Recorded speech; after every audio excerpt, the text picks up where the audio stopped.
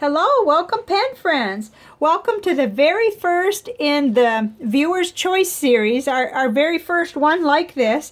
And the ink that we're profiling today is Monteverde Brown Sugar. It's a nice dark brown, and we're going to see it on all kinds of paper. And I have to say, this ink was the first place, it got the most amount of votes, which were 13 votes. Because if you're just tuning in, we had subscribers and viewers on the channel vote for, it was approximately 70-something inks, and to see what ones we wanted to profile first. So that's how we ended up with Monteverde Brown Sugar, which is a beautiful ink. So let's dive right in. But what I like to do first on these ink profiles is give it a bath and see how it does in water. So here it goes, and then while we do the rest, oh, look at that. Kind of a rust color coming out. While we do the rest of the video, we'll take another glimpse at it later on. So I'll just push that aside a little bit. So here it is on our big panel that gives us the 8 inks we'll be covering. Here it is, and it looks a little different on the other panel. It kind of stayed darker, which I'm sure has to do with how much water and ink, which can't really be precise, and you know how much ink I put down in the first place, that kind of thing. But let's get into the notebooks. I think that's going to be interesting. Of course, it always looks a little naked at first when we start a new series, so each time we do one I add in the new color. So here it is. This is the Rodya Gold book, and it's got really pretty slick paper. And it actually looks really nice on this paper. Here it is over here in my Serendipity with a broad yo-yo nib. So, and this little piece here is the Tomoya River paper piece. So I found this available a lot of places, but I liked the fact that it was on Jet Pens, $8 for 30 mil. But you can find it at Goulet and lots of other places, Gold Spot, I think. And if you're not in the U.S., I'm not sure, but I'm sure that it can be obtained.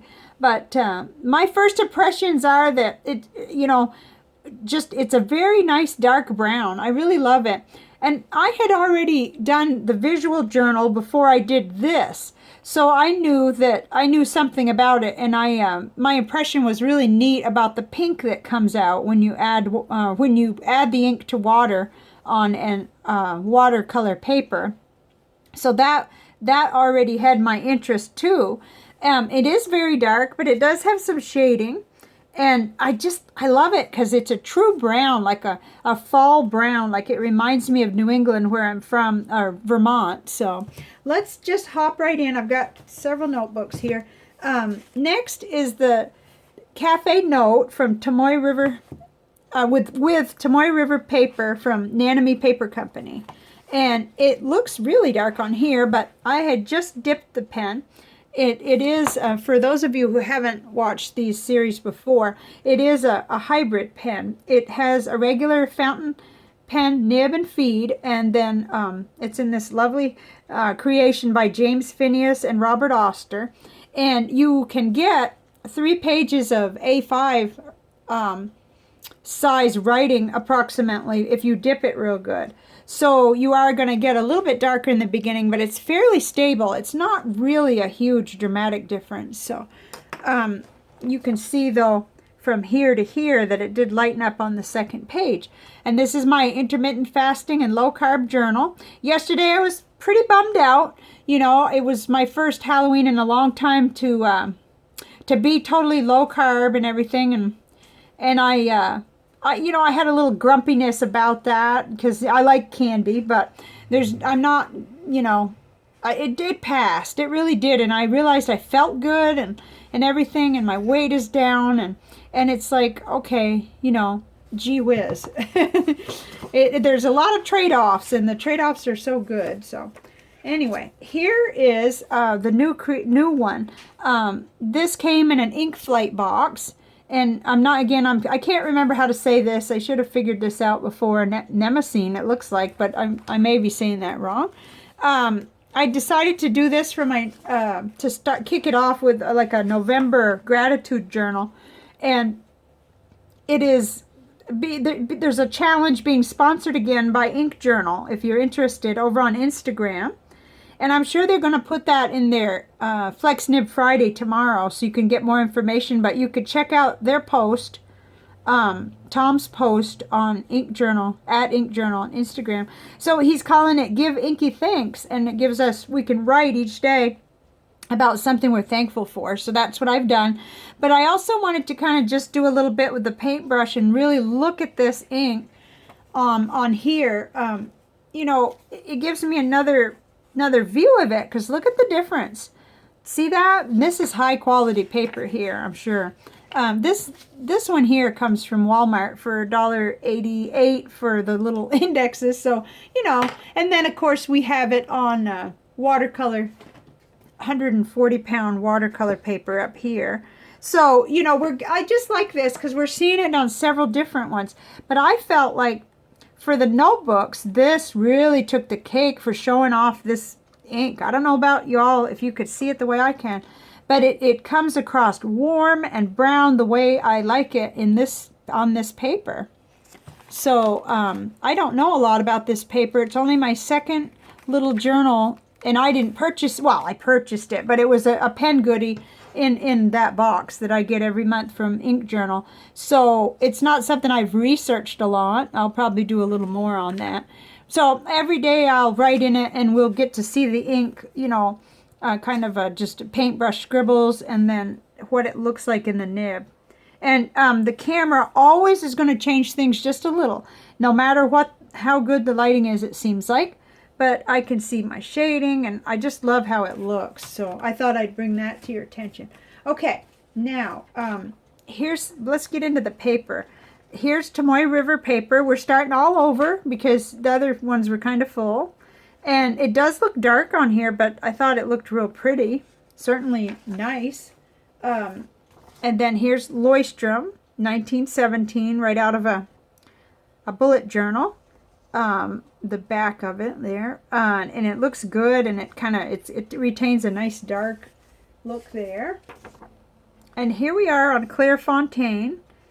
I begin to see a little more shading on here, which is awfully hard to pick up right now on the camera. Let's see, but there it is, and you can see. And then here's Rodya dot pad 80G, it said on the back. Whoops, dust is included.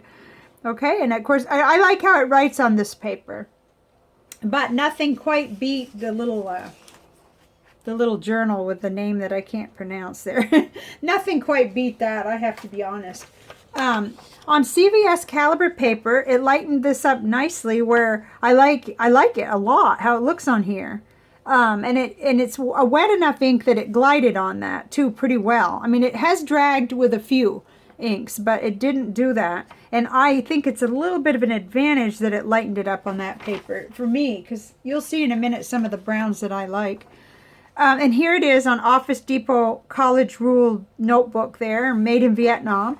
Now, the CVS caliber paper is also made in Vietnam, but it's practically bulletproof. We never have any bleeding through. Sometimes there is bleed through on this, and I forgot to check. No, there's shadowing, but no, you know, very little, but no bleed through. So that was nice, because in a broad nib on fairly cheap paper. All right, so there's the color, the paper samples in the notebooks for you. Now, let's get into looking at some color boards. I've got two. I've got one I did last night and one that I did for another ink. There. Okay, so that's pretty much gone. We'll see what it looks like in the next video. We'll see the report. Oh, I should have kind of, you know how watercolor paper is. Ooh, okay. Well, hopefully that won't be too hard to see. Okay, so here we are, and I'm really hoping you can get a good look at this. Here's Monteverde Brown Sugar, and as I mentioned, it did stay darker here than it did, you know, on this first one. I got more of the pink to come out. That was interesting, but I think I must have gone nuts with the ink when I laid it down there. So, but that's okay. It still has a lot of interesting stuff going on. See if I can get it up high enough for you. Okay, and I put as many browns as I could drum up on here. Noodler's Walnut, another nice dark brown. Sid's Krusnock, Chestnut Brown. Boy, that's pretty. I actually was thinking, gee, I need to do a profile on that one. Okay, then Monteverde Coffee Brown, which kind of delves out of that range quite a bit, but I still thought I'd put it here so we could look at it.